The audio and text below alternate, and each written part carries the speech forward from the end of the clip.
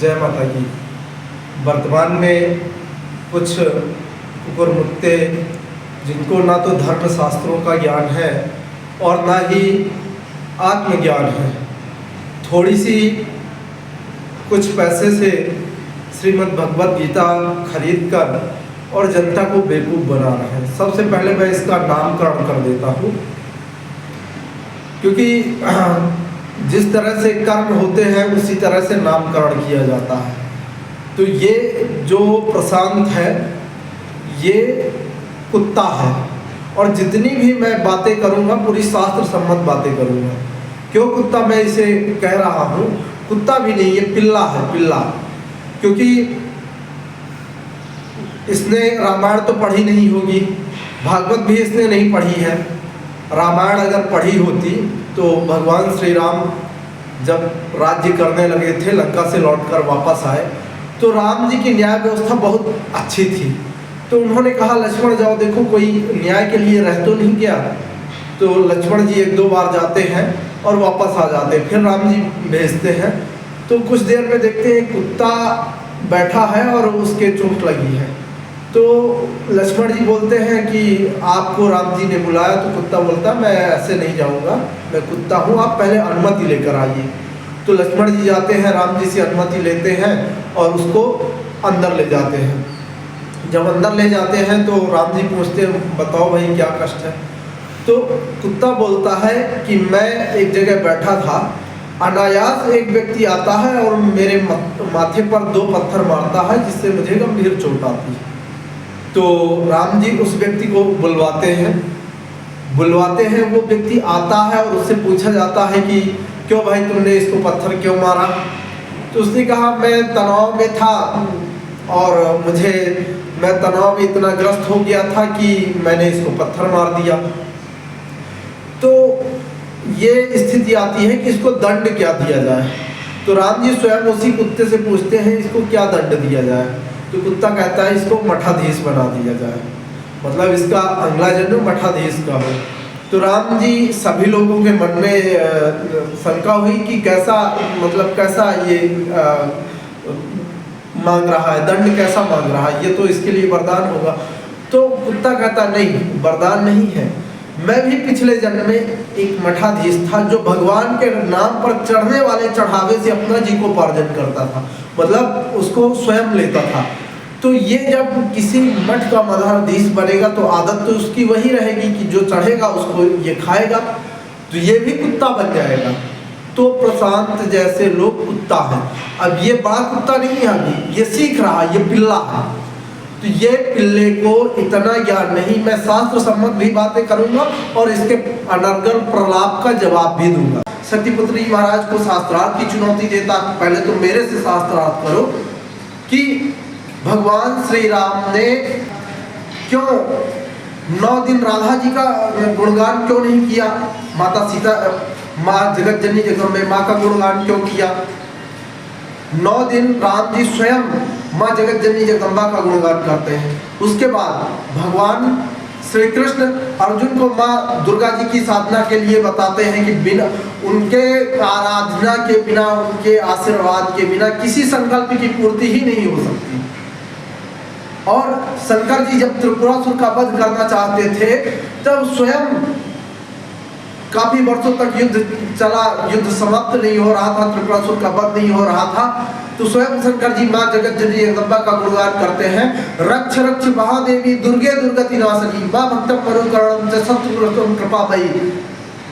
पूरा आराधना बताई नहीं जा सकती, मंत्र अत्यंत गोपनीय होते हैं। और फिर इसी में अंत में उन्होंने कहा त्वम तुलसी त्वम प्रकृति, माँ के जितने रूप हैं सबके बारे में कहा। त्वम राधा, मतलब आप ही जितने इस भूमंडल जितने भी अवतार हैं आपने ही धारण किए। तो वो अंश अवतार के बारे में बात कर रहे हैं। अब एक बात और बताना, श्री शक्तिपुत्री महाराज ने कहा कि राधा जी ने किया क्या है? सनातन धर्म में कर्म की प्रधानता है। तो ये बताओ कि परशुराम, भगवान परशुराम भी विष्णु भगवान के अंश अवतार हैं।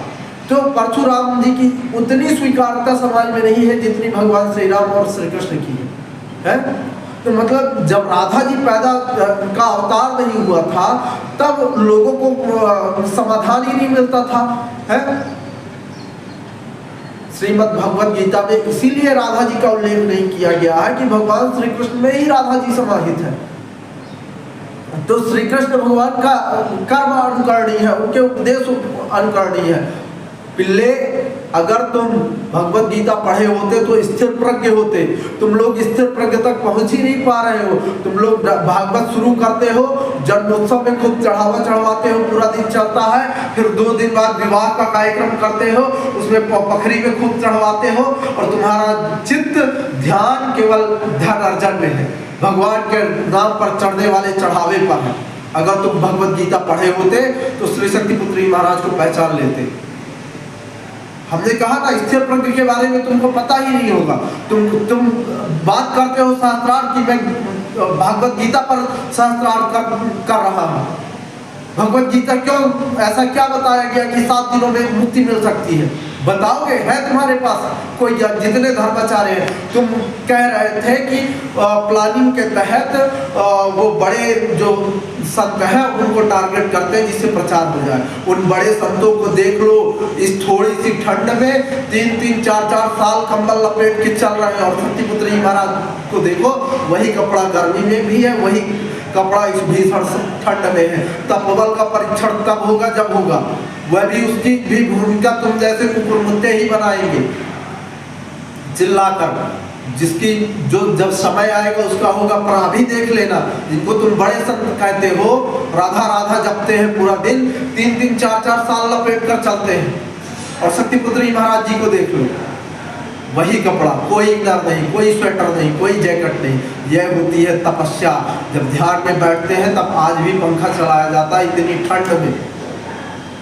तुम अनर्गल प्रलाप करना शुरू कर दिए एक पत्रिका को लेकर। मायापति की यही माया है, जिसका सर्वनाश होता है उसके पास वह पत्रिका पहुंचा देते हैं। तुमने जो उस पत्रिका में जो हत्यारा था, स्वर्गीय श्री राम खिलावन शुक्ल जी को जिसने गोली मारी थी, उसके कहने पर वह पूरी पत्रिका छापी गई थी, क्योंकि वो जो दीक्षित था उसका रिश्तेदार था। उसने पूरा प्रलाप किया था जिससे मैं ये कमजोर हो जाए तो मैं जेल से छूट जाऊं। इसलिए ये तुमने नहीं बताया 302 के केस में वो अंदर था, और तुम 307 का केस बता रहे हो। तुमने ये नहीं बताया कोर्ट झूठी हो गई, सारे गवाह झूठे हो गए, वो उसका जेल में जाना झूठा हो गया। तुम्हारी अनर्गल बातें सही है। एक भी तुम पर्चे की बात करते हो, किस आधार पर उनका नाम ले लिए? अभी तो मुकदमा कायम होगा तुम्हारे ऊपर। तुमने क्या प्रमाण है तुम्हारे पास कि श्री शक्तिपुत्री महाराज के कहने पर कोई पर्चा बटा है? तुम वो भी नहीं दिखा पा रहे हो। अभी तो तुम यही है, जब मती मारी जाती है तब लोग ऐसे ही फंसते हैं। तुम अब फंस चुके हो पूरी तरह। तुम्हारा अंत में भविष्य भी बताऊंगा क्या होने वाला। तुम कहते हो प्लानिंग करते हैं, हाँ प्लानिंग होती है, प्लानिंग होती है। अगले 6 महीने बाद देखना, तुम जैसे हजारों पाखंडी जेल के सलाखों में होंगे, और इतनी छोटी मोटी तुम जैसे कुकुरमुत्तों पिल्लों बस की प्लानिंग नहीं होती है। बड़े बड़े जो राष्ट्राध्यक्ष हैं, जो अपने आप को समझ रहे हैं कि मैं ये सर्वशक्तिमान सत्ता हूँ, इन 8 सालों में देखना वो धूल में मिल जाएंगे। शक्तिपुत्री महाराज की ये प्लानिंग है। तुम पिल्लो, तुमको समझ में नहीं आता, तुमको न धर्म का ज्ञान है न शास्त्रों का ज्ञान है? तुम आज जिस कीर्तिक्रांत की बात करते हो, आज कीर्तिक्रांत रसातल पर चला गया, उसको कोई जिले में जानने वाला नहीं है वह पत्र।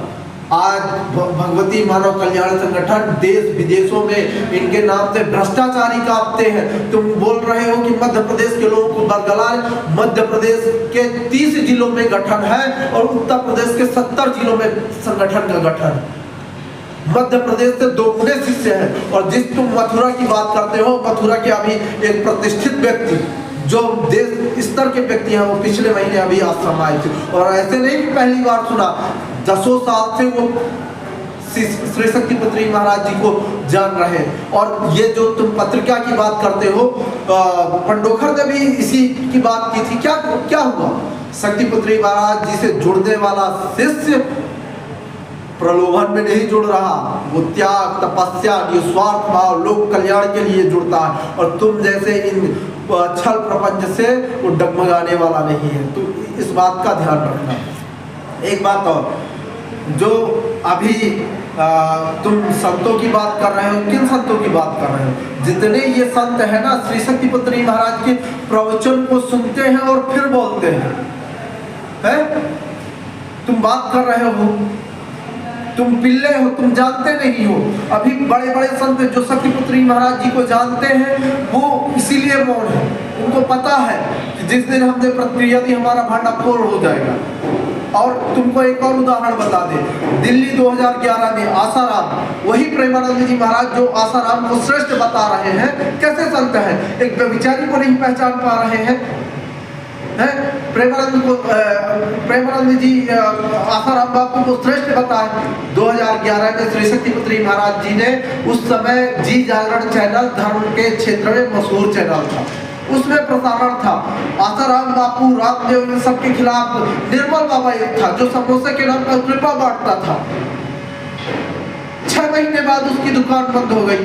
नवंबर में गुरुदेव जी ने बोला, फरवरी मार्च में उसकी दुकान बंद, उसका भंडा फोड़ हो गया है। आसाराम बापू 2 साल लग गए उनको जेल जाने में। आसाराम उसी जी जागरण ने प्रसारण रोक दिया था। आज जी ग्रुप की स्थिति तुमको बता दे, तुम मूर्ख हो, कोरे कागज हो, पिल्ले हो। जी समूह जो है सुभाष चंद्रा बर्बाद हो गए। 2011 के बाद 2022 तक 11 सीओ बदले गए उस संस्थान में, फिर भी घाटे में चल रहा है। 1 साल से अधिक कोई सीओ नहीं टिक पा रहा। जी जागरण चैनल विलुप्त हो गया। जी समूह पूरा घाटे में चल रहा। सुभाष चंद्र जो राज्यसभा सांसद पहुंच जाते थे, अभी हरियाणा चुनाव में कांग्रेस में हाथ डाल रहे थे, सोच रहे थे कि कांग्रेस आ जाएगी तो हमको कुछ मिल जाएगा, राज्यसभा सांसद पहुंच जाएंगे। वह कांग्रेस भी हार गई। पिल्ले अब भी समझ जाओ, तुम्हारा मैं भविष्य भी बता रहा हूँ। 6 महीने के अंदर तुम जेल जाओगे। और जो अभी मई के बाद पाखंडियों को जेल जाना शुरू होगा तो समझ जाओ नहीं, पहला नंबर कहीं तुम्हारा ही ना लग जाए। जो वह पत्रिका पहुंची है तुम्हारे अंदर, जब वह पाप कर्म तुम सोचोगे जो उसमें लिखा है, तभी तुम्हारे अंदर पाप का उदय होगा और तुम उन्हीं पाप कर्मों से जेल के अंदर होगे। तो पिल्ला समझ जा, सुधर जा, सीख ले किसी बड़े गुरु से जाकर। शास्त्रों को, ब्रह्म व्यवहार तो पुराण के प्रकृति खंड को पढ़ लेना। श्री कृष्ण भगवान ने माँ भगवती जगत जननी जगदम्बा की स्तुति की है, परशुराम जी ने की है, ब्रह्मा जी ने की है। हर जगह माँ जगत जननी जगदम्बा की आराधना है। माँ राधा जी अंशावतार है, सम्माननीय है। लेकिन राधा वल्लभ का संप्रदाय कितना पुराना है बता दो। कब से राधा जी की स्तुति समाज में शुरू हुई? अपने मनोरंजन के लिए लोग, वर्तमान में जिस समय का माहौल है राष्ट्रंग में, युवाओं को डुबाने के लिए तुम लोग नाच गाना शुरू कर दिए। अरे कोई नाच रहा तो हमसे क्या मतलब? तो फिर भगवान श्री कृष्ण ने अधर्म को रोकने के लिए जिस गीता का उपदेश दिया तो तुम लोग पिल्ले हो, तुमको समझ ही नहीं आता। तुम बताना कि श्रीमद् भगवत गीता में ऐसा क्या है कि 7 दिन में मुक्ति मिल जाती है? ऐसी कौन सी क्रियाएं हैं? तुम करो शास्त्रार्थ से, तुम शास्त्रों की बात करते हो। और अंतिम चेतावनी है, अभी तो हमने 6 महीने की बात कही है, अगर नहीं सुधरे तो अतिशीघ्र तुम्हारा जेल जाने का योग बन जाएगा। अतिशीघ्र अंतिम चेतावनी है कि मनन करो, संगठन को जानो, शक्तिपुत्री महाराज की त्याग तपस्या के बारे में, उनके विश्व कल्याणकारी कार्यों के बारे में जानो, देखो। जो व्यक्ति बिना जाने बोलता है वह मूर्ख होता है। पिल्ले अब भी सुधर जाओ, अंतिम चेतावनी है। और नहीं सुधरे तो अतिशीघ्र जेल जाए। और सामान्य मत समझना, बड़े बड़े मध्य प्रदेश के राजनेताओं के बारे में मैंने बोला था जो पाखंडवाद को बढ़ा रहे थे, जो पंडोखर और धीरेन्द्र शास्त्री के संरक्षक थे, पूरी प्लानिंग करते थे। नरोत्तम मिश्रा मुख्यमंत्री बनना चाहते थे। मैंने इंदौर में एक बड़े पत्रिका के संपादक के सामने बोला था कि मुख्यमंत्री बनने जा रहे हैं, विधायक ही हार जाएंगे। क्या हुआ? विधायक ही हार गए। उन्होंने कहा था कि 26 जी बनने जा रहे हैं, दुबे जी भी ना, वो जो कहावत है उसको उन्होंने कहा था। तो सुधर जाओ। मैं कभी किसी के लिए गलत बोलता नहीं हूँ, लेकिन तुम जैसे जब अति कर देते हो तो बोलना पड़ता है। जब बोलता हूँ मैं गुरुदेव जी की आशीर्वाद से, माँ की कृपा से सत्य होता है। अंतिम चेतावनी है। अभी 6 महीने का समय है, और नहीं तो अगर तुमने फिर अनर्गल किया तो अति शीघ्र जेल जाने की योजना। जय माता की जय।